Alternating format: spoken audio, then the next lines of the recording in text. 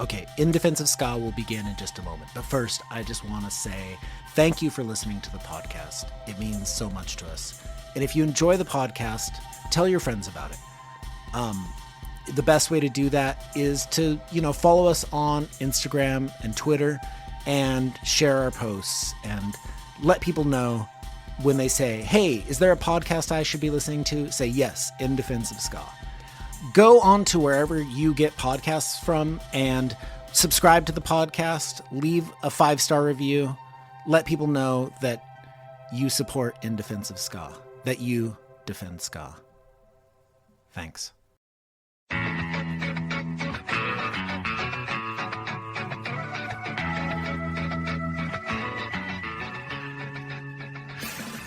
These days, there are a handful of ways that people discover ska or find their way back to the genre. One common way is through Aranivah ska dance videos, which are enormously popular on TikTok and Instagram. Today, we bring on Aranivah to talk about her videos, but also dig into her history growing up in El Salvador, discovering ska, and playing punk rock accordion. Aaron, you like to dance, right? Oh yeah, I'm the best dancer. I like to dance too, but I'm definitely not as good of a dancer as our guest this week. No, I think she's the best ska dancer out there. I think both of us would benefit from some ska dance lessons. Yeah, I think so, yeah. Maybe that can be a tier on our Patreon. Somebody could pay for us to take dance lessons. Will you take dance lessons with me, Aaron? Yes. That's it. If people sign up for our special dance tier, we'll definitely do it. And then we'll post videos of us dancing. I think it was in 2019 you were in a Hub City Stompers video, Hard Place to Be. Do you remember that? Yes. Can you tell me a little bit about that? Were you friends with the band at that point? Yeah, I've been going to their shows for a long time. And one time I made a video, like one of the first few viral videos that I have. And I included one of their songs. And that's how I started to say hi in shows. But yeah, we always see each other from places. We never talked or had a friendship. But after the video, we started to say hi and stuff like that. And then they invited me for the video. Was the video you're talking about is the one where you danced to Skinhead Boy? That one that was viral, in 2016, I believe, yes. Yeah, I saw that one too. Yeah, so that was one of your first viral videos, huh? Your video dancing to Hub City Stompers' Skinhead Boy. It was 3 songs. I remember specifically it was a Northern Soul song, a ska song, and something else I can remember. It was like a 3-song video. Oh, okay, interesting. Were you at that point trying to make a dancing channel, or was this because I think you were online initially to do different things, right? Yeah, I wanted to create a platform because I worked for somebody who was online brand strategies, and I knew that there was a big opportunity to make money doing something that you absolutely loved. And I was thinking, what can I do? And I originally wanted to do fashion. That's what I always started with the intention of creating an audience. And so were you thinking about making your own clothes, or were you just wanting to showcase other styles? No, I wanted to do my own designs. The video that had Hub City Stompers song in it and the other 2 songs, was that part of an era where you were building an audience for fashion still at that point? I don't remember exactly. I think I started to give classes pretty early because I realized you need a lot of money to start a clothing brand that is ethical. Mm-hmm. Sure. You were already transitioning into teaching dance classes at that point. Yes. I mean, I tried. I lost my job the first time and I tried to do the clothes thing. But no, I was not ready. It's a lot of money. You can do it for cheap, but it's not going to be ethical. Yeah. So you made this video in 2020 about your top 10 ska songs that are meaningful to you. Mm-hmm. I would love to kind of go through them because they're an interesting collection of songs, and I'd like to hear a little bit about each of them, each artist. Well, first one I think is most people probably know is Desmond Dekker's "King of Ska." I think that's we can all agree that's a classic ska song for sure. Yeah, it's one of Dekker's also few ska songs. I think it's not his strength, but I think he does it very well. I think that song was special to me because, again, it's one of the first songs that I start to see a bunch of views on YouTube at the time. And I don't know, I just I really like the song, not a specific reason. The next song on your list was Vieja Skina is the band, and the song is De la Vieja Escuela. They're a band from Peru, right? And they're kind of a more recent band. Yes. Tell us a little bit about the band and why this song is meaningful to you. In Peruvian culture, doing the high-pitched guitar is very common because of chicha. And they did a really interesting take in all of that album that they have. Sorry, all of their album that they have. I think the album is called Green Moon, I don't remember. But the whole album features that pitch guitar, but now they do it in a very traditional ska style, very refreshed. I just thought it was something so interesting. It really blew my mind at the time that I discovered them. Next one you have is Skalariak with their song Pide Perdón. Yeah, that's a classic from my teenage years. It's like that band is very, very iconic. It's my favorite song of them. And they're from Spain, correct? They are from Basque Country, yes, Spain territory. Gotcha. Then we have Decibelios. Decibelios. That's another classic. Everybody knows the song. Either you love it or you hate it, but it's like a very popular song. Now, this is a band from Spain, and they're a little bit of an older band. Yes. They're from Barcelona, Spaniard territory. If you say like from Spain, they will get offended. Oh, okay. Spaniard territory, Barcelona. Yes. Inspector 7 is your next with Butterfingers. That's members that would go on to start Hub City Stompers. This is their earlier band. Mm-hmm. I love that song. It's my favorite song of them of that time. I think it's the best of Inspector 7 whenever they were at their early days. Did you discover Inspector 7 through Hub City Stompers? No, separately. They play in New York all the time. Oh, that's right, because Inspector 7, they kind of would get back together, and they were together for a while again. Because originally they broke up and then formed some of the members for Hub City, but then they kind of got back together too, and they were happening at the same time. Yeah, they're still happening. Yeah. Prince Buster, One Step Beyond. Classic, yeah. Definitely the original version of One Step Beyond deserves the credit for being an incredible song. Madness's version, I think, is probably more known globally, but this, Prince Buster's version is very good. Yeah, I like Prince Buster because it's a little bit more danceable than the other one. The other one is not so fun if you're dancing it in a room by yourself. I mean, it's funny if you were like in a show live with full of people. Laurel Aitken with Sally Brown. Again, another song people probably know from the Bad Manners cover, but the original is a classic, of course. Yes. It's Laurel Aitken, whenever it was introduced to me, I was mind blown that there was music from specific that era, not specifically that era because that's more of a recent album compared to his older work, but it's like the first time that I was exposed to something in Spanish at the time that I discovered them. I know it's overplayed, but I really like the song. Not the best recording though, not the best sound. Yeah. That's the only problem with some of that earlier stuff. The next up you have Bad Manners, Just a Feeling. Love Bad Manners, one of my favorite two-tone bands, probably the only one I actually enjoy, like genuinely. And that's my favorite song by Bad Manners. What is it about them that you feel like is better than the other two-tone bands? I think it's because the time that it reached me, it was just at the right time. And then the other stuff, I was probably either too picky already, because I didn't get it started with two-tone. I got started with punk.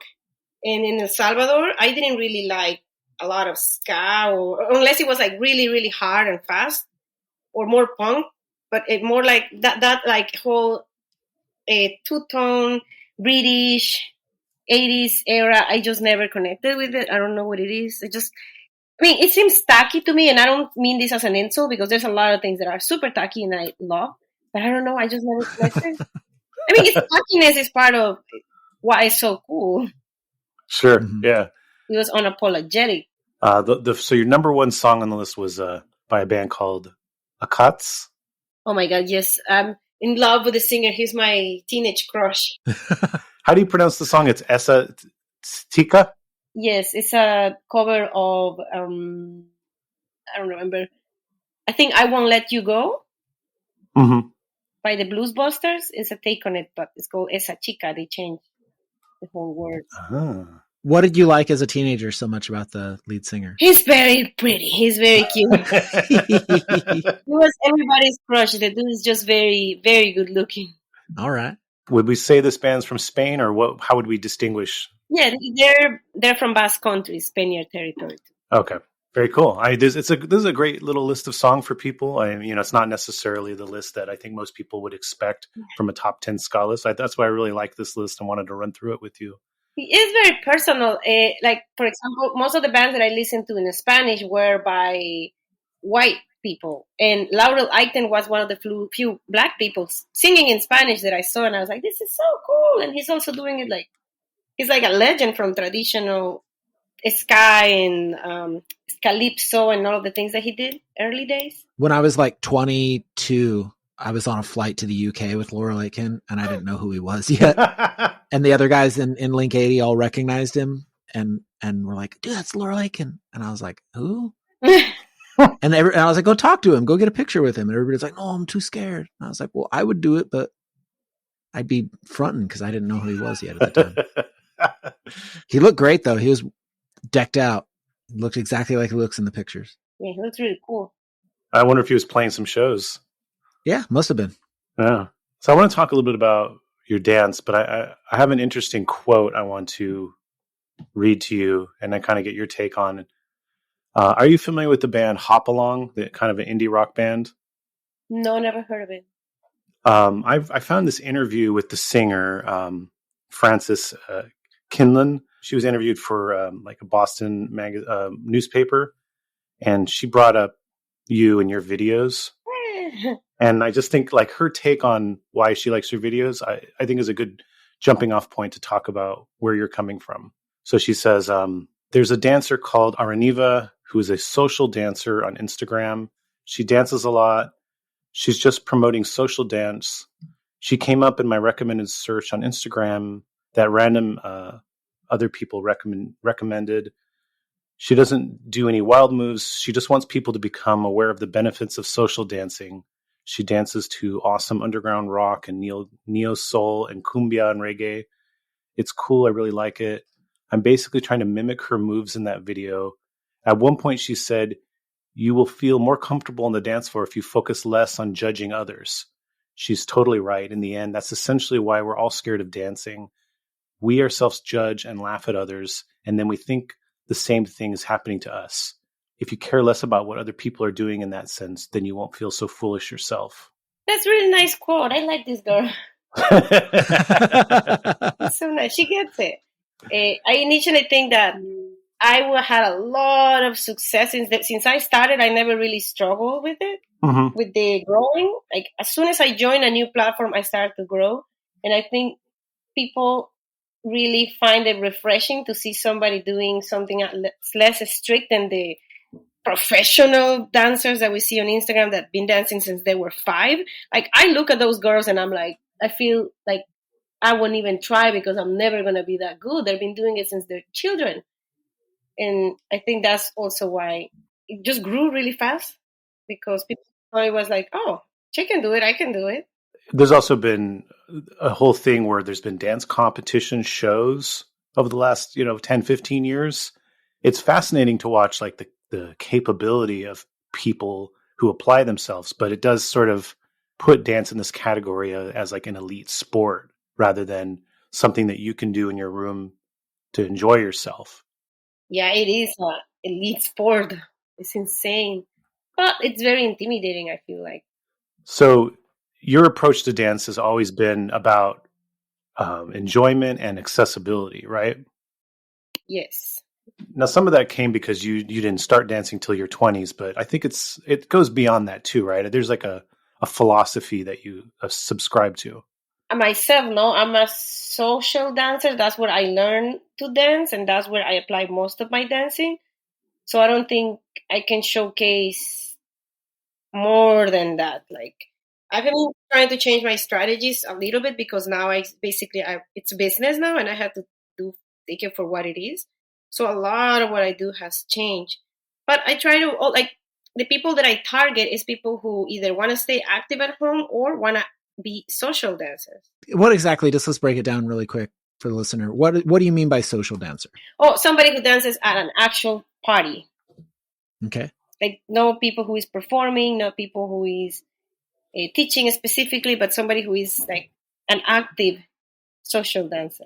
So if you actually want to go to a show or a dance and go in there and dance and have a good time, that's basically what we're talking about. Like, enjoy the act of dance in public. Yeah, most people that I teach to is either that or people who wants to like connect with their roots, their culture. A lot of Latinx people who has been torn apart by being born and living here and wants to reconnect. I get a lot of people looking for that.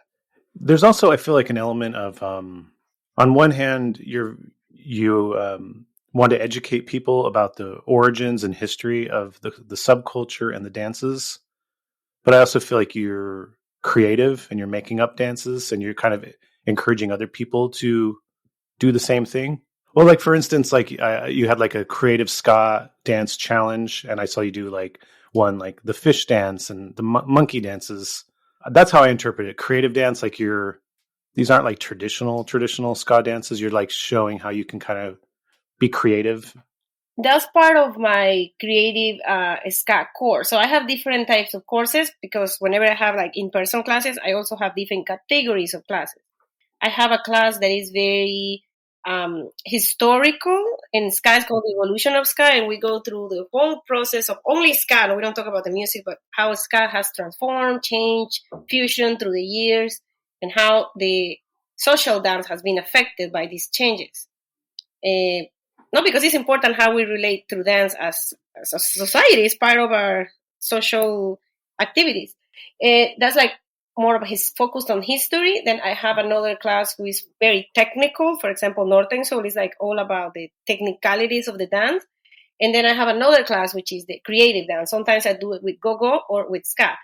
Those challenges are part of the course as the homeworks to inspire people to put themselves out there. It's also like a marketing strategy for me, because if you have to post about it, you're like, hey, I'm taking this course by this person, you know? Mm-hmm. And you gotta be honest, like it's part of what it is.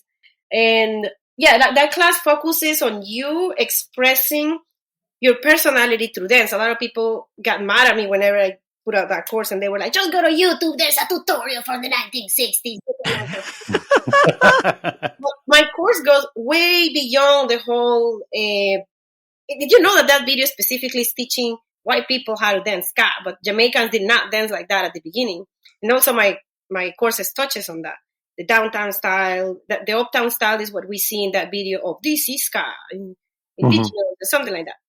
So in these classes specifically, we explore like how to project our personality. We go over if you want to look more masculine, regardless if you're a woman, man, or non-binary person, you can try this out. If you want to look more feminine or delicate, you can try this out.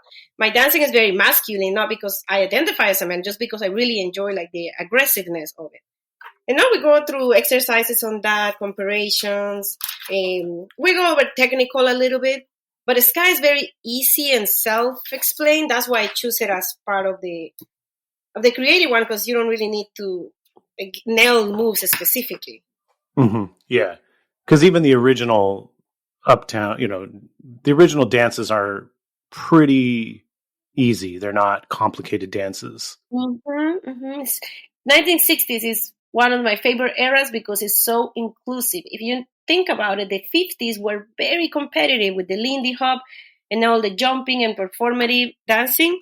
And in the 60s, the dances chilled out a lot. Yes, they were crazy and there was this go-go crazy dancers, but they were not jumping inside out like people was with the Lindy Hops and all of those dances on the 1950s.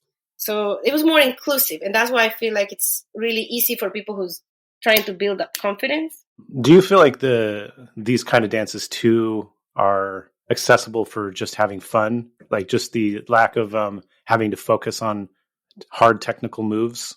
Yes, that's why I tell people, now once you focus on the easiest thing, even if you're sick of it, even if you're tired, just focus on the easiest thing. And once you get the easy one and you don't have to think about, then start to add your own personality and focus on what feels genuine to you. Because that's another thing. A lot of the times people try to do moves that they don't feel comfortable with.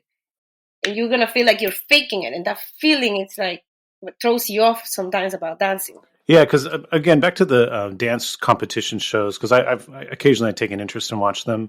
Even though they're very technical, I think with the dancers, the way they talk about them, it's so personal and emotional. And like they have like these very detailed stories that go into the dance moves they've created. And Mm-hmm. they often, like when they finish their dance, they're in tears because they're so full of emotion. Mm-hmm.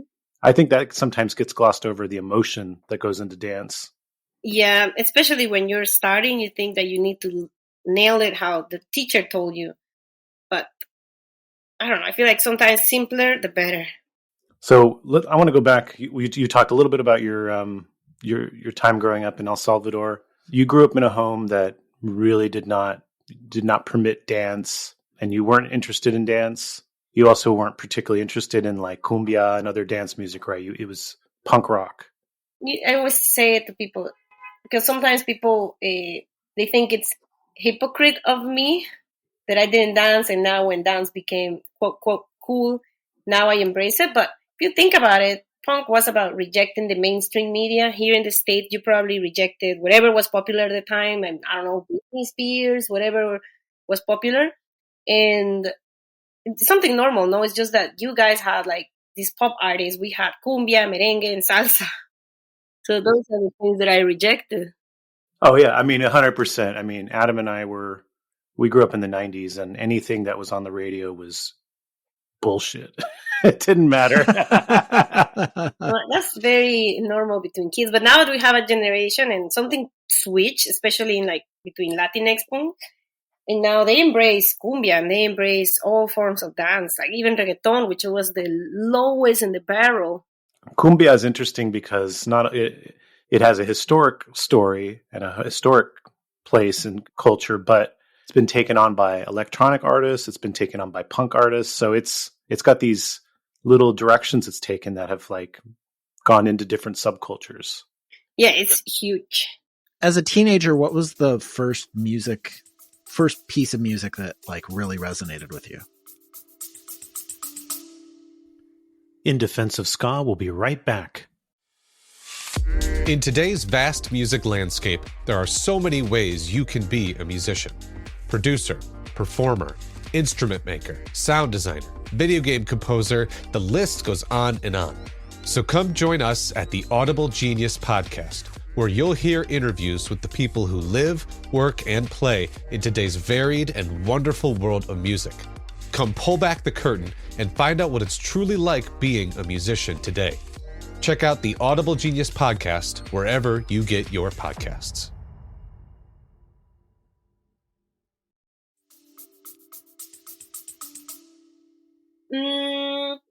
I remember that the first album in Spanish was something that really, really influenced me because I can finally understand what they were saying.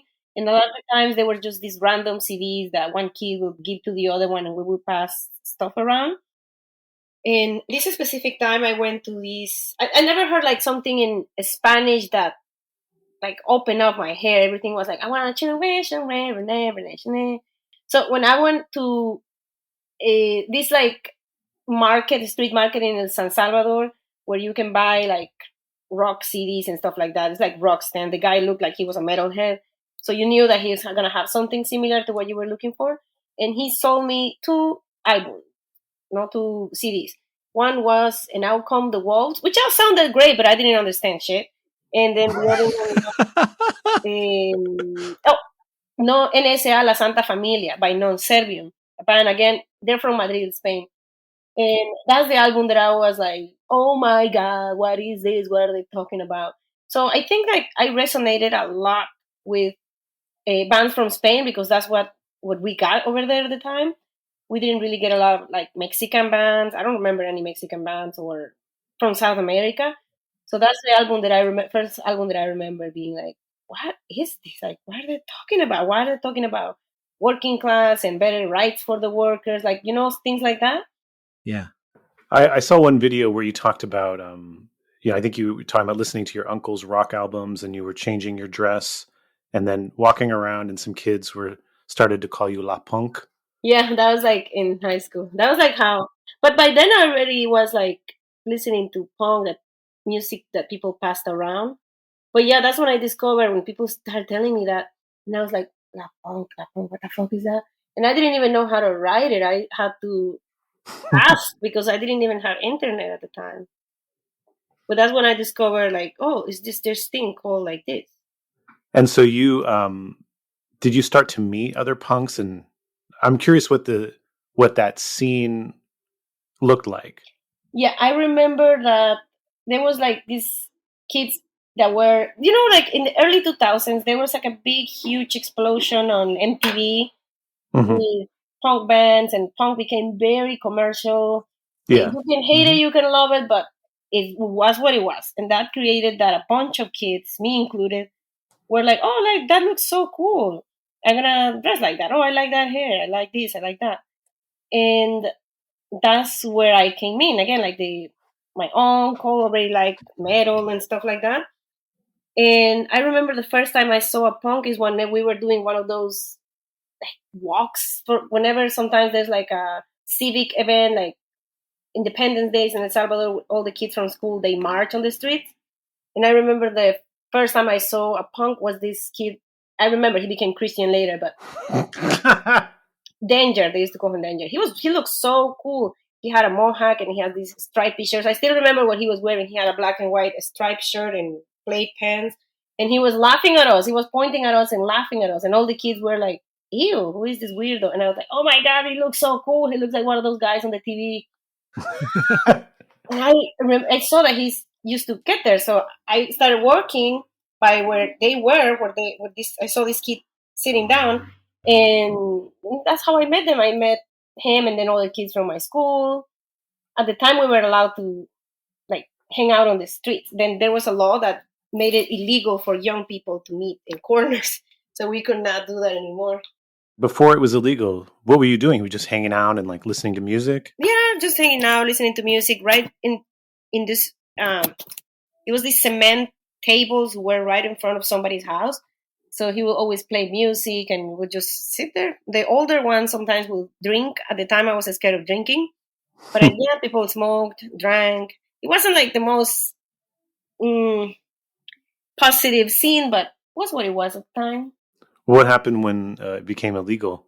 Oh, yeah, it was like not allowed to do. Right after that was happening, that's when I left the country because violence was going a little bit crazy.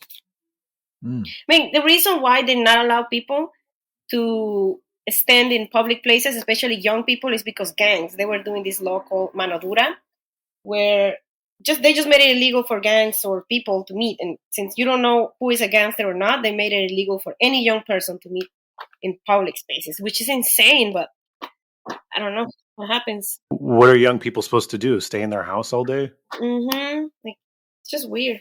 Very. Was there live shows? Was there bands and stuff like that? Yes, there was a lot of bands, but none of them recorded. It was just random projects that people had here and there. Now a few bands have recorded, but none of those bands exist anymore.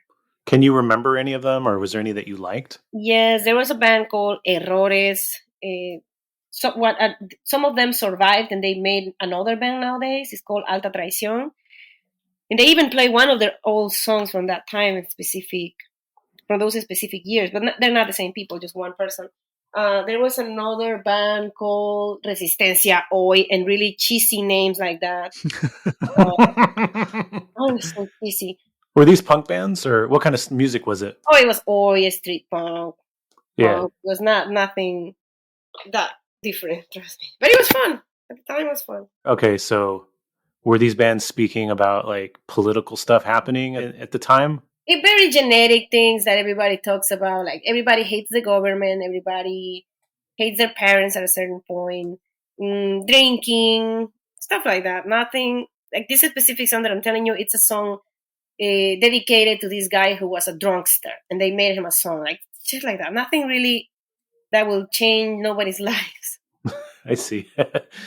But there was a lot of authentic like emotion and anger and stuff kind of coming through these songs. Yes, definitely. El Salvador had like a big punk scene at the time, and it still has it. I think it has calmed down a little bit, but there's a huge scene, like, and people doesn't realize there's like skinhead scenes. At some point, there was like a little psychobilly group of people, or at least people interested on. Like we always have a variety of interest for subcultures and a lot of metalheads and stuff like that. So before you moved to New York, was there any ska? Did you hear about ska at all? In El Salvador, there's a couple. I even have like a Salvadorian ska recommendation video too. But it's the same bands that happened on the early 2000s, and I don't feel like a lot evolved. I don't know what happened because I haven't lived there in 17 years. So a lot of things have changed. But then some of them are still active. There was Decibelios, and I remember listening to them, and I liked it because it was very, very punk. You would not think like it is a ska, but it's just really, really fast. It's like third wave, really fast underground. Mm-hmm. So, you will not relate that to Prince Buster and think, oh yeah, it's just so far away. It's nice and I like it, but it's really, really far away from the things that I discovered later that I was interested in dancing. When you went to shows, whether it was punk or these kind of ska punk bands, how did people dance? Oh, I didn't go to ska shows. I usually went to punk shows. How are you dancing at the punk shows? Oh, I was not dancing. Maybe if like pogo dancing, slam dancing. Mm-hmm. I don't know what you guys call it. No moshing then? Yeah, moshing, pogo, slam dancing. I don't know, different names. But yeah, only that. Nothing strictly dance. I never danced at all. Nothing. Sure. So you moved to New York when you were 17, is that correct? Yes. Can you tell me a little bit about why you left and why you chose New York? Well, I didn't choose to. I was brought here by my family. Oh, okay. Yeah, so I was not really in my place to move. I was in a really bad situation. I had just had a miscarriage and I was 17 and I was with this older dude who was into drugs and he was also a punk and it was not a good influence for me. So my family couldn't find a way to tear us apart or like in a civil way to separate us. So they just decided to bring me here with my sister and my dad. Wow. Oh, okay. New York is where my family was already settled. So they're actually in Long Island. So that's where I first arrived. Now, I've heard you talk a little bit about how at some point in New York, you realized or you thought a little bit about your identity as a Latina, which was not something you really thought about before. I'm curious, what was the process of coming to that understanding? So now, because globalization and internet and everybody's a little bit more close together, people in El Salvador and Latin America, they have more present the concept of Latinidad. But in my generation, in my days, people did not have a concept of Latino, Latinx, or Latina. That's something that it's a U.S. thing. It was not very common back in the days, especially in El Salvador. You were either Salvadorian or not. Like that was it. And when I came here, I realized that the other punk kids did not see me the same. They saw me as this random thing that has arrived. And I understood the curiosity, but at the same time, I feel a little bit like out of place. And then I connected with other Salvadorians who brought me more to the Latino immigrant punk scene. And that's how I met a lot of my now friends. That's how I started really integrating myself. So when you first came to New York, you were still interested in punk. What did you kind of discover punk initially? Well, in El Salvador. No, I mean in New York, like when you started looking for punk in New York. I went to high school because I was not very young, but they were like, well, you're not going to work. You have to learn English, go back to school. And they made me go back 1 year. And I had to do 3 years of high school here. So, you know how kids, they move from other countries and they struggle with fitting in and they don't know what to do. I was like, where are the punks? Where are the weirdos?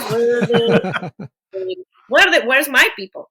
And I found them. There was a lot of emo kids scene and just gothic kids in the school that I arrived in Long Island and also when I lived in Connecticut. So in that sense, I never struggled. I just found the weirdos, you see somebody weird, they look at you, back at you, and somehow you know that you can go sit down with them at lunch. So that part was easy. And that's all the time that I hang out with these white kids because I never had a lot of Hispanic or Latino friends in high school. I felt really out of place. Only until I discovered the Latino punk scene, that's when I was like, oh, so here is my people. What was some of the bands at that time in the Latino punk scene in New York? A lot of bands that don't exist anymore. Again, like little projects here and there. A lot of people that used to be friends with them, and I'm not so cool anymore. But let me think about it. There was this band that brought a lot of people together called Escarroñeros. Never recorded, never existed. It's like dirty ska, dirty Mexican ska. It's nice though. I'm not saying dirty in a bad way. It's just like a lot of noise. Who else like from that time? I don't remember. Oh yeah, bands that I don't even want to mention, honestly. Don't even want to give them the spotlight at all. No, and there's like nice memories and nice people that I still know from that day. Now, at some point, you were going to these shows, and you were getting invited to like these after parties where they were playing cumbia and stuff. And this was kind of what led you to getting into this music and dance in general. So, yeah, there was this venue called the Lake or the Swamp. Oh, okay, yeah, I know that venue. They did a lot of reggae shows at the lake. They did like thematic parties, like cumbia reggae or cumbia punk, punky reggae party. And let's say I went to see a punk band, and of course, no, it's like a different thing. So I went because of punk initially, but then I started realizing, like, oh shit, like there's cumbia played after the show. Like, what is going on in here? And I was still like too cool to admit that I liked it, and I was just resisting it there in the background. But that's how I got exposed to the whole like cumbia and ska and all like, you know, different styles of music. Did you ever go to any of the shows with like Hard Times, Frighteners, Forthrights at the lake? Yes. Oh, you did? Mm-hmm. What was that like? Frighteners was amazing live. Yeah. It's one of the best experiences I ever had in my life. Like it was just very emotional. And there's another band, Hard Times, the same people from Hard Times, but they had another band. Wait, the thing is right.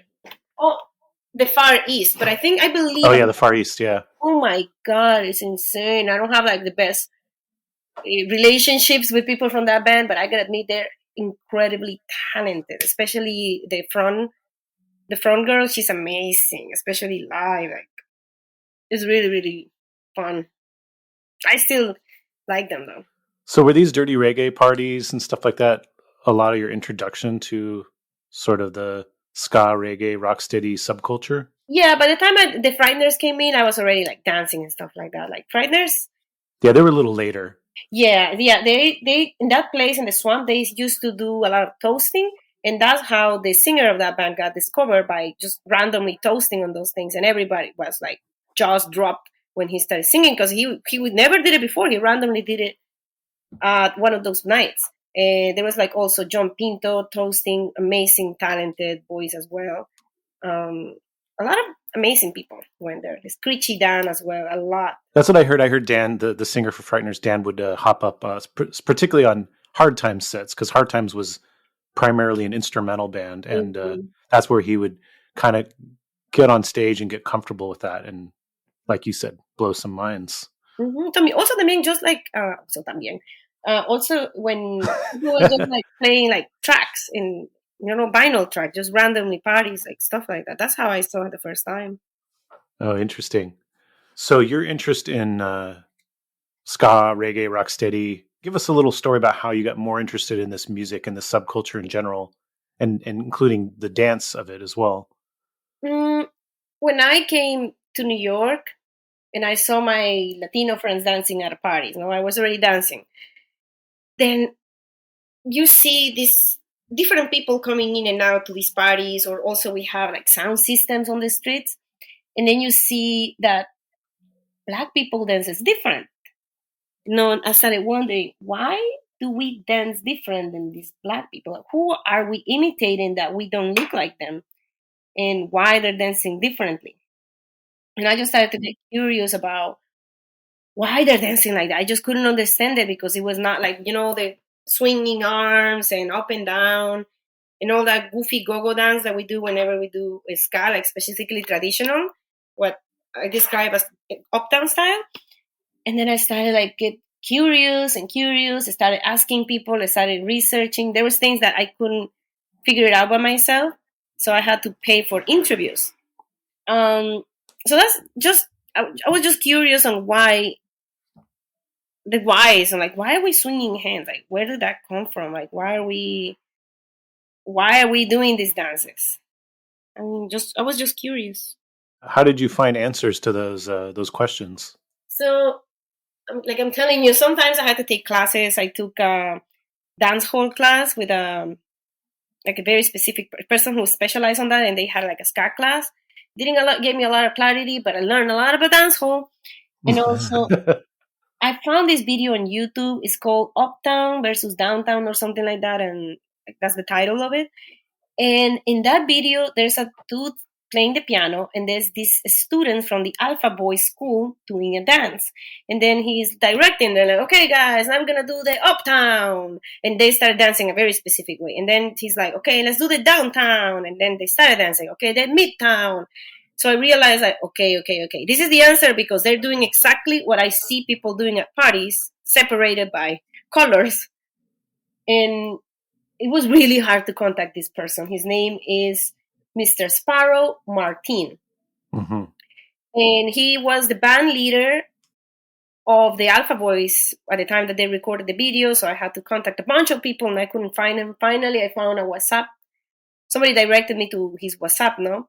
And I contacted him a bunch of times. He's really old, so he's not very familiar with technology. And finally, I was able to have an interview with him. I paid him for the interview. And I still have that interview, by the way, recorded. He was the one that explained to me how at the beginning ska was just like a shuffle competition. Very competitive, very hard to dance. So when the uptown industry of music started to see, well, there's this new dance downtown called the ska. Let's bring it uptown. But these gringos and these rich people are not going to be able to do this move. So let's simplify it. And they asked Mr. Byron Lee to make a song to create a dance craze. You know how everything became a dance craze in the 1960s? Mm-hmm. And he was the one that came up with swing your arms, shake your hips, take a dip. And it's very interpretative because you're interpreting what the lyrics are telling you. And the uptown people, they look down upon this new dance, and they call it the Chinese dance because Mr. Byron Lee is a Chinese descent. And there was like beef between them. All of that's super interesting, I think so. Maybe not the nicest, but super interesting. Oh, yeah. That's so interesting that you went to great lengths to get this information. You have to get it from the source. That's the thing. Yeah. You can't just assume or figure it out by yourself. You have to like ask somebody that's still alive from the source. So, do you know what year this is that you're talking about when you're having this conversation with him? I think maybe 2020, I believe so. Oh, okay. So you're already doing dance online at this point. Yes. But I didn't really add a name on it. At the time, I just know that only the elder Jamaicans dance specifically with their feet. That's all I knew. But I didn't know like have a name for it, or why was the context, or why was the other video done, because the video on This Is Ska done on YouTube, where everybody has seen it and everybody takes it as a reference on how to dance ska. Mm-hmm. I knew that video had something fishy. There was something that didn't really convince me. It's like they were selling it to white people, and a lot of people has noticed that. There's also an interview with Hepcat where one of the Hepcat guys says like, yeah, that video, it's not real. That's not how you really dance. Like that's like I don't remember what the dude says. I don't want to put some words in somebody else's mouth, but he basically says that video, same thing that I'm saying, that is basically like selling ska to white people and tourists. Yeah, that's correct. Yeah, because it was made by British show, right? Yeah, it wasn't for Jamaicans, obviously. Yeah, He used Jamaican people because it's exotic, but yeah, it wasn't made for them. And that became the norm. It became very iconic. And again, because it's inclusive. The other style is way too complicated for regular people. It was competitive dance. Mr. Sparrow Martin says that literally it was about who can shuffle the faster, the most aggressive, who could be the most creative, and it was very competitive dancing. When did you first start going online?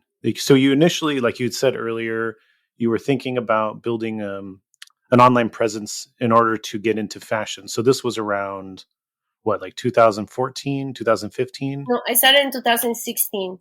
Oh, okay. But you shifted to dance classes. By 2000, maybe 18, I was already like making a little money and doing classes. Dance Culture by Aranivah is the name of that's the dance class brand, right? Yes, I feel weird about it, but I don't know. It's still not a LLC, so I still can change it. But right now, that's how I go. Now, so if you look at your dance classes now, it's like your main categories are ska, reggae, rocksteady, cumbia, and northern soul in terms of dances. Mm-hmm. Can you tell me a little bit about why that ended up kind of being, well, these are the dances that I'm going to do? So it's kind of like you're kind of touching on three subcultures. There's some overlap, but they're distinct subcultures. I only teach the things that I actually dance in real life. All the things that you see me dancing is because I actually go to parties that play, dance, and showcase the music. And I think marketing-wise, or like let's say from the point of view of a business perspective, those are the things that work the best for me. Especially ska. Ska is the month. Whenever I do a ska month, is whenever I make the most money. I don't know what it is, but it's a thing. And Northern Soul, I love it. It's one of the things that I dance. It's my best-selling course, my best-selling consistent course.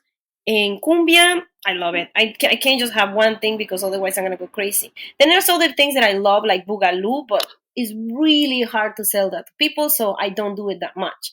I also like bopping, but again, it's really monotonous and really hard to sell it to people because at the end, like, I'm not here for the likes. Mm-hmm. Can only do so much with it. Yeah, I mean, I don't know. A lot of people probably don't know what Boogaloo is, for instance. Mm-hmm. It's a bit more. It's a little more niche than ska or Northern Soul. Even Northern Soul, I think, but Northern Soul has a very strong, fan base, I guess you could say. Yeah, it's Northern Soul is also very controversial, especially because I sell courses and I teach it, and it's like these British dudes are super against teaching. They say you just gotta feel it and you just gotta go with the music. But whenever you're struggling, you can just be like, oh yeah, just feel it. Like that's like, don't learn chords in the guitar. Just pluck until something makes sense. You have to learn tools and skills before you can feel it. They have to become second nature to you, just like with the guitar. Yeah. Some people find it really easy. Some people have that naturally, but most people don't. Sure. Even my courses, like I always tell people, this is the basics. You put on your own style, you put on your own perspective, your own spin, match, mix, however you want to. This is for you to make your own every single time, like any other dance. So you kind of talked about how the Northern Soul scene there's different feelings there, but what about the ska scene? They seem pretty receptive and positive towards you. The ska, yes, I think I'm trying a couple of things, and people loves specific visual things. People love the fashion on ska for some reason. They love it. I don't know what it is. It's very loved. Yeah. Well, I think when you get into traditional ska and traditional ska fans, the fashion goes hand in hand. Yeah, even the other stuff, even the tacky two-tone squares, the people love that. Mm-hmm. Some of my most popular dances are on two-tone. But you don't really get much negativity from. I think I feel like the ska scene in general just likes people to be putting out content about ska and reinforcing, their love for ska. Is that your experience too? In ska, you get a couple of fanatics or haters. The ones that are obsessed with the same classic bands from forever, that don't want to hear anything new and refuse to open up. They're always asking for the same bands.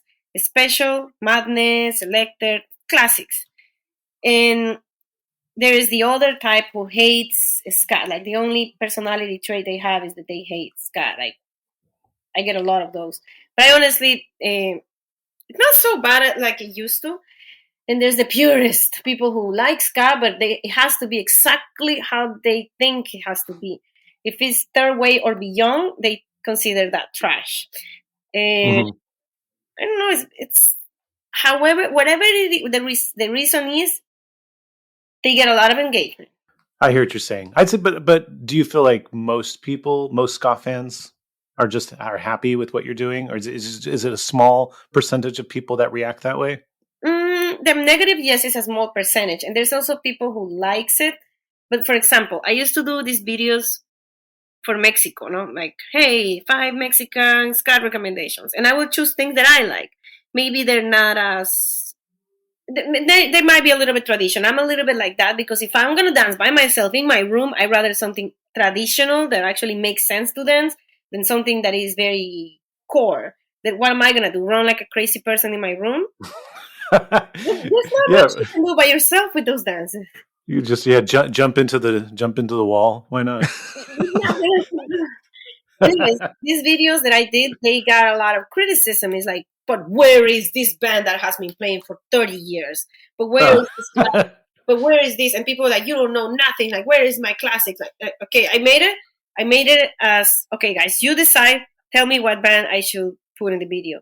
From all those things that people recommended me, I took the ones that people mentioned the most, people hyped the most, and in top 5. I did a video with those top 5, video viral, like that, no questions asked.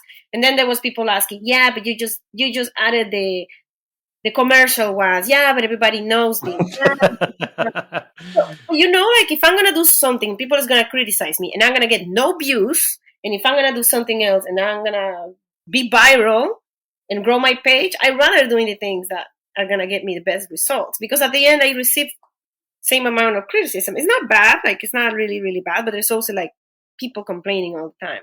I actually complain more with the underground bands because they feel like underrepresented. Well, and I feel like so much of people commenting on things on the internet that, like, no matter how good something is, people will gravitate towards commenting negatively, which I find so awful about the internet. I saw this girl. She's very famous. I don't remember her name. I think it's Erin, like something. I don't know. Girl with spiky hair. Yeah. I wouldn't think that girl has any flaws. She's beautiful. She doesn't hurt nobody. She's just doing her own thing, and people hates her. I'm like, well, I think it's gonna happen regardless. Because before I used to feel really bad about, oh yeah, people probably doesn't like me because I have this in my body, or because I'm too short, or blah blah blah. I don't think it's that. I think anybody, doesn't matter how perfect or imperfect you are, you will always get it. Yeah. So I'm curious a little bit about, I know you're on TikTok, Instagram, YouTube, you have a Facebook page. Do you feel like there's a particular platform that is like your biggest platform? TikTok is my biggest, but I mean, numbers at some point are a little bit irrelevant when you're running a business. Mm-hmm. It makes no difference. So it's not necessarily how many views you get from something, it's about how many people then decide to sign up for your classes or your Patreon or something like that. Mm-hmm. Like I thought, like by the numbers that I have, I should be in another place in my life, and I am not there. So I'm like, oh, yeah, irrelevant. Before I used to be very obsessed with it, with the numbers, and when you're growing, I always wanted 100K on Instagram, but it doesn't really make a difference. I just wanted it because I wanted it on Instagram. That's the only place that I really, really, really wanted it. Everything else is like grows by itself. So you prefer Instagram? I don't have a preference at the time. So then do you feel like there's a platform, maybe it doesn't get the best views, but it helps build your online dance classes and things the best? So, for example, Facebook, I never made any sales from there. I don't know why. And maybe it's because a lot of people from Latin America, and I have prices for somebody who lives in New York. And Yeah, Facebook didn't really give me the best results, but I really like it because I can speak Spanish and make lives in Spanish, and I like it. But now they're paying per view, so that's cool. It makes me want to post even more. Now I'm posting all my old content there because it's previews. TikTok, it's my biggest platform. I have like 300K something, but people doesn't really connect with you that easily. The algorithm does whatever it wants whenever it wants to, and it's becoming smarter every time you mention or you promote. And a lot of creators complain about this. When you promote your brand, your business, or you talk about anything that has to do with you making money, that video will get suppressed, and I don't appreciate that. TikTok, and then YouTube, I love it just because it keeps me sharp. And YouTube, I make blogs, long videos, and I really want to get better at talking at a camera. TikTok is destroying people's capacity to speak longer than 1 minute. And that's going to be a problem because some of them want to jump into YouTube and they have no idea what to say after 1 minute. So I just feel like YouTube is my portfolio and keeps me sharp. I love it. Sure. And Instagram is probably where most of my money comes from. I see. I'm on Instagram. I like Instagram. I do not like TikTok. It's just, I don't like watching TikTok because the way the videos just scroll makes me feel crazy. And I could see how, as a creator, if you're just one of the many of videos that somebody scrolls past, you might not take the time to look further into what they're doing. Mm-hmm. People doesn't really connect deeply. Some people do. It's easier to filter out when people recognizes your hair, for example. People who understands about my hair, they know, and they either are interested or not. I'm curious if you have like a video or a couple videos that have been your most viewed of all times and what they would be. I have formulas that I can replicate that will always work. Okay. Mm-hmm. For example, people love the videos on 3 generations of ska. Doesn't matter if it's about outfit, history, just dancing, anything. But they love the whole 3 waves. There, people is obsessed with the wave. After the video comes out, the conversation and the fight about the wave is what creates a discussion in the comments. So video gets a lot of engagement. I also have different formulas. Like if you start the video with a flag of a country, loves that. People love seeing their favorite band. And I always take the most popular because people love their favorite bands, the classic. So people love to see their flag in a place represented and probably discovering their ska in their country. Those videos also automatic hit. It can be in cumbia too. I applied it in cumbia, same formula. It's a couple of things that I do, of course, like when it comes to choosing the song and even the clothes that I wear. But what I want is generate a discussion, not just like likes. And there's some specific tutorials. Whenever I put the tape on the floor, people love that because it makes it easier. Like different formulas that I discovered through time. Maybe my most view video. I don't know. I don't think I count that very much. 6 views one time on YouTube. I mean, 6 million views on YouTube. Oh, wow. But trust me, that's like not a lot of. It was nice if they pay me per view at the time. Oh, yeah, wouldn't it? The good thing is you grow, your page grows, and that's nice. Okay, so you play accordion. It's my understanding that you initially took up accordion to play cumbia, but you realized that you rather dance to cumbia. And so instead you ended up joining punk band, Ratas and Zelo. Mm-hmm. The drummer and I were the ones that started. Oh, okay. And then my sister joined. And then we found a bass player. Yeah, Ratas and Zelo is a project on accordion punk. And you're the accordion. Yes, I'm the accordion player. We had the options of either inviting somebody who played guitar or buying a guitar and learning from zero. And we were like, well, why are we trying to like fit this idea that we have? Oh, why can't you just do it with whatever we have? And we just went for it. Like it's very controversial too. But so far creates a lot of discussion. What's the controversy? There's no guitar. Oh, I see. Okay. Do you run your accordion through distortion? No. So just playing it normal. I like your video the other day. You were showing warming up, stretching Yeah. before going on stage. I think that's something that a lot of musicians don't think about going on stage. I don't know how they do it, but I don't know. Like it hurts. Yeah, it's important to stretch. No, we all warm up. Like my sister warm up. Everybody warms up. We take it a little bit serious. Oh, I wanted to take a step back. So, Ratas and Zelo means rats and heat, right? Yeah. Any story behind that band name? My sister, she also was trying to make jokes, and at the time we didn't have a name, and she kept telling a friend of ours, "Oh yeah, we are the Gatas and Zelo, which is cats."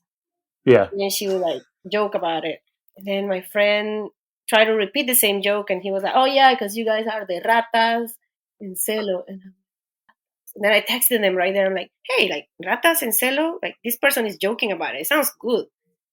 So it's dirty. I don't know. It's just dirty and irreverent. Sure. Are you part of like a scene in New York, or are there bands that you tend to play with frequently?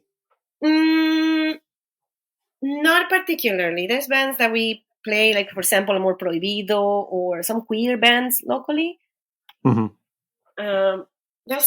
But we're like personally, like we are as people, we're part of more of the Latino punk scene, and then different scenes here and there.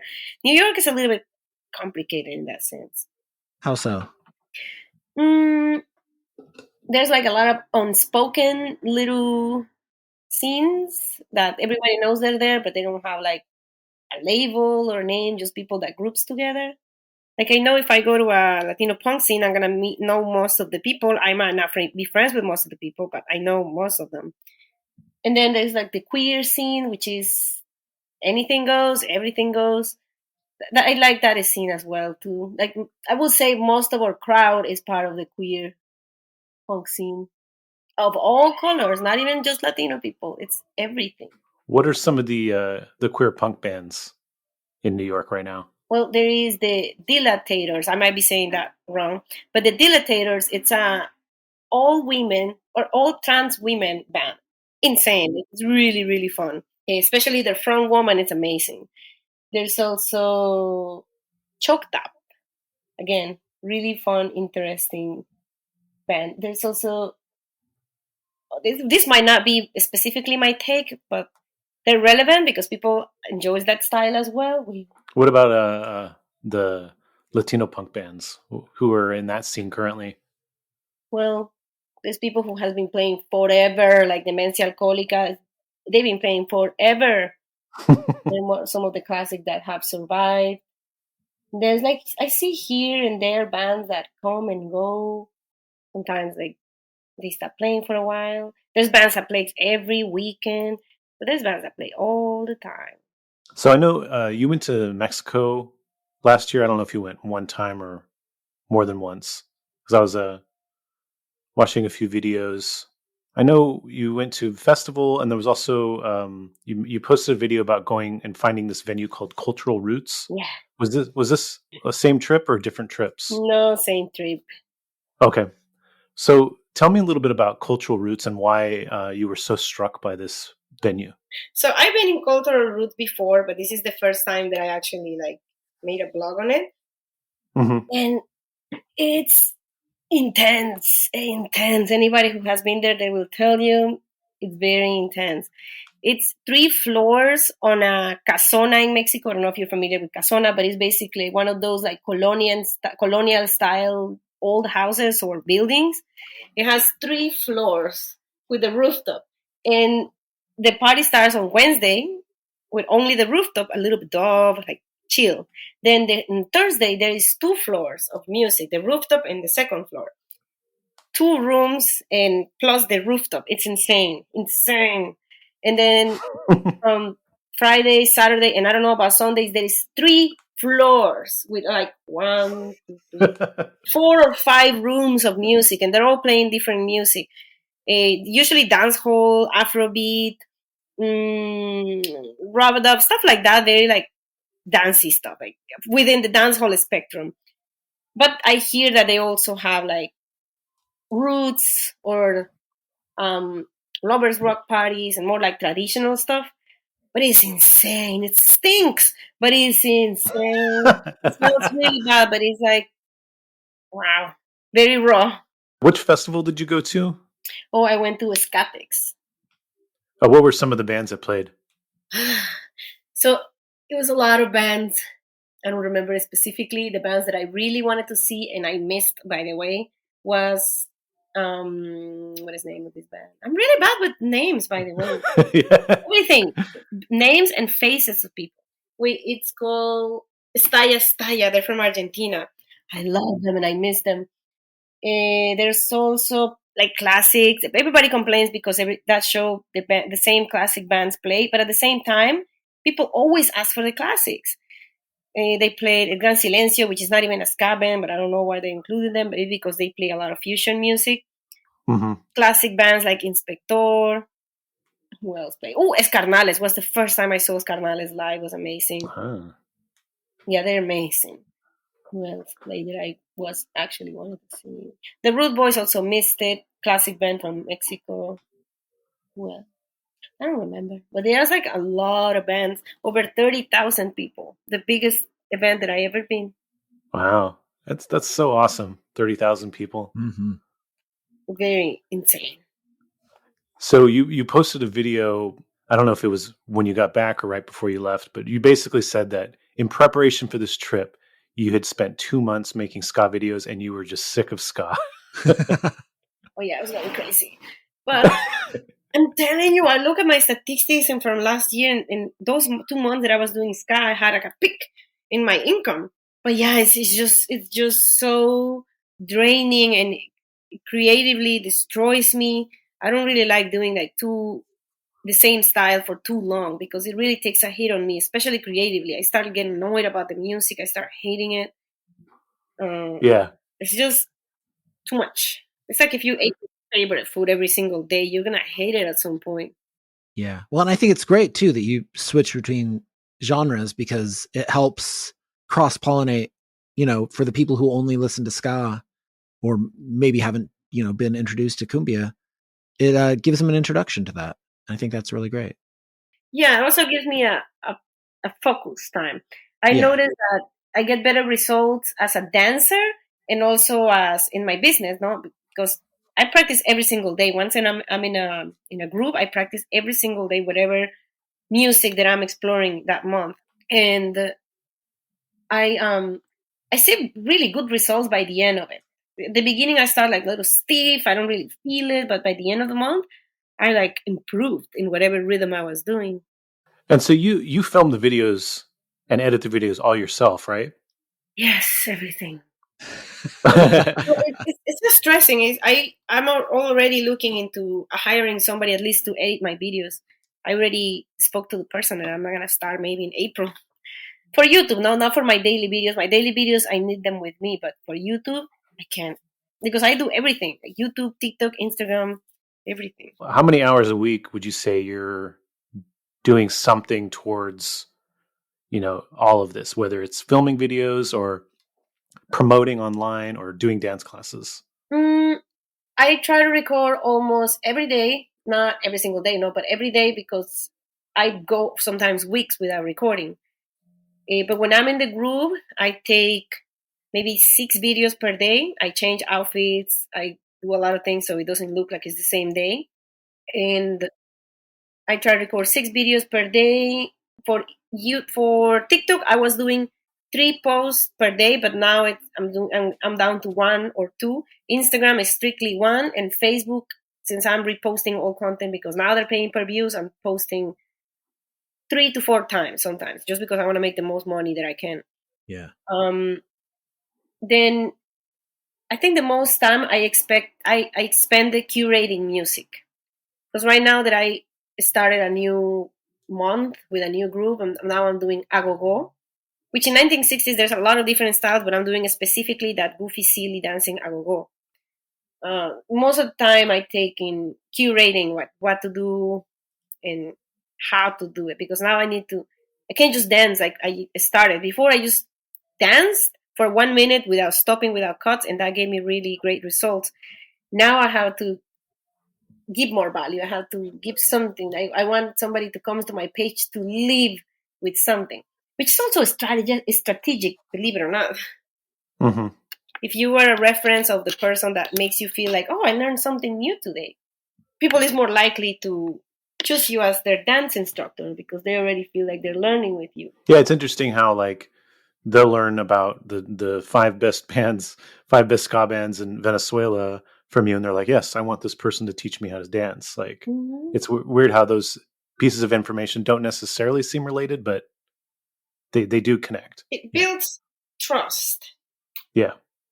I mean, you have to build real trust, no? That's why you have to give either like a little tutorial fixing a common problem, like in cumbia, people struggles with their hips. If you create a on level on your feet with the hips, it's gonna be easier for you to dance. So if you solve real simple problems that a lot of people relate to, it builds trust. So most of our audience is ska fans. So I was wondering if you could recommend a few cumbia artists to people who are listening. Okay. If you are looking into either getting to cumbia, you have to decide what style because there's so many. It's so many. I think if you like a little bit of reggae and cumbia together, check out El Morenito de Fuego. I don't know how many cumbia songs he might have because he's more of a pop artist, but he also has like fusion music. There is this specific song called I Do You, where he is very reggae. The song is very reggae, but it's also very cumbia at the same time. If you like classic cumbia, classic rock songs turn into cumbia, check out the Cumbia Queers. They do that a lot with a lot of songs. They have one Iron Maiden song. They have a Ramon song. They do a lot of that crossover. So Cumbia Queers has a lot of punk songs transform into cumbia. That's really fun. I actually interviewed that band and got to see them play live. They're awesome. I love that. Yeah, I could not recommend that band enough. That's a great band. It's amazing. I love them. What else? Like, so if someone was interested in like more of an electronic cumbia, what's your feeling on that genre? If you want like modern style of cumbia or like huepa, which is very electronic, check out the Kings del Huepa. They do their own original song, and also they have electronic takes in classic cumbias like cumbia sampoesana and stuff like that. But they have like really good. It might be a little bit repetitive, but that's the style. It's just what it is. But it's called King del Huepa. Any other styles of cumbia? I mean, I guess there's like older cumbia. If you like accordion and you want to explore accordion into cumbia, you can check out Aniceto Molina, my favorite accordion player. He was the reason why I wanted to learn accordion. Very simple because it's very rural, but oh my God, the way that he plays it with the attitude. There's also Celso Piña. Celso Piña is called the Rebelde del Acordeón or the Accordion Rebel because he really experimented with new forms of playing. What thing do you see fans of third wave ska doing when they dance that they got to stop doing? No, I don't think anything. I mean, third wave ska, that dorky, checkerboard backpack type of people. It's a thing. In Mexico, they call them Pokemon. And it's like an insult, but at the same time, everybody from ska, which is my age, started like that. Maybe not like me specifically because of different conditions, but everybody who has been into ska for a long time, everybody started like that. But now we look down upon of these bands just because they're like all over the place. Sure. I think that even the tackiness and the dorkiness of the third wave, it's part of the culture. Believe it or not, every time I have to talk about the history of ska and I have to talk about third wave and two-tone, even if I don't like it, I have to recognize its importance. Sure. Especially third wave. Third wave made it like explode completely. Even with second wave was more compartmentalized and niche, but the fact that it became huge, super commercial in the 90s is really what made it survive another generation. I don't think we're going to have waves anymore. Oh, for sure. We're going to have like seasons, but I don't think waves. Yeah. So whatever they're doing, just keep doing it. Yeah, I don't think there's anything wrong with what anybody's doing. My personal opinion cannot be applied to other people. All right.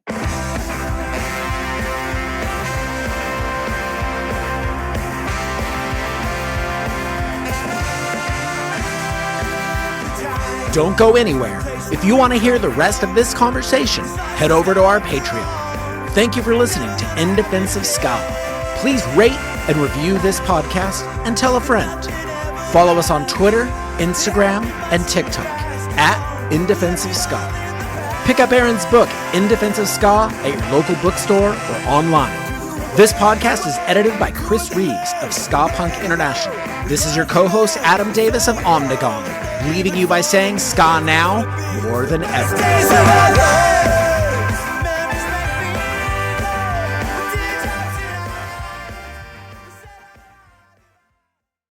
You have a good time this week, Aaron?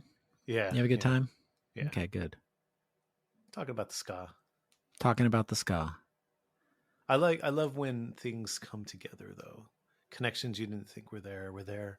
And Everybody's connected by ska. That's what we're learning here. Yeah, even Ministry.